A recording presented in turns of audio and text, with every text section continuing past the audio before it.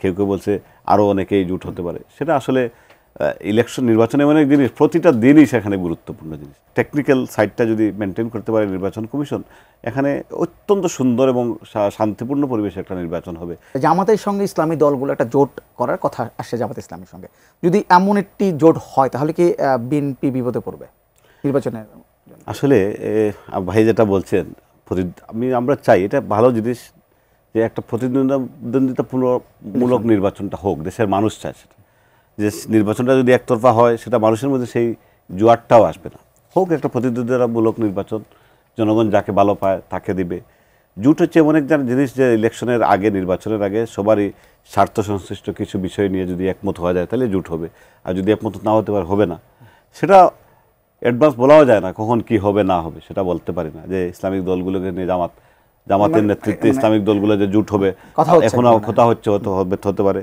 কেউ কেউ বলছে বিএনপির সাথে কিছু ইসলামিক দল আসবে, যে বিএনপির সাথে জোটগুলো তো আছেই। কেউ কেউ বলছে আরও অনেকেই জোট হতে পারে। সেটা আসলে ইলেকশন নির্বাচন এমন এক জিনিস, প্রতিটা দিনই সেখানে গুরুত্বপূর্ণ জিনিস, আগে বলাও যায় না। বাট সব কিছুর ঊর্ধ্বে সবাই চায় একটা প্রতিদ্বন্দ্বিতামূলক একটা নির্বাচন। কিন্তু বর্তমান যে আইন শৃঙ্খলা পরিস্থিতি থেকে মনে হয় যে একটা সুষ্ঠু বা সুন্দর একটা ইলেকশন সম্ভব? এটা অবশ্যই সম্ভব, সেটা কেন নয় সম্ভব। যেখানে আমাদের আইন শৃঙ্খলা বাহিনী যেখানে আছেন, তারা সর্বতভাবে সেনাবাহিনী তো আছেই মাঠে, পাশাপাশি বিজিবি আছে, র্যাব আছে, পুলিশ আছে। পুলিশকে আবার যথেষ্ট তারা শৃঙ্খলার মধ্যে চলে আসছে, যদিও তাদের সেই ফাংশনেবল ব্যাপারটা একটু এখনও ল্যাপস কিছুটা রয়ে গেছে। এটা কাভার করার অন্যান্য বাহিনীগুলো আছে। সুতরাং আমার বিশ্বাস যে সদিচ্ছা থাকে এবং টেকনিক্যাল সাইডটা যদি মেনটেন করতে পারে নির্বাচন কমিশন, এখানে অত্যন্ত সুন্দর এবং শান্তিপূর্ণ পরিবেশে একটা নির্বাচন হবে।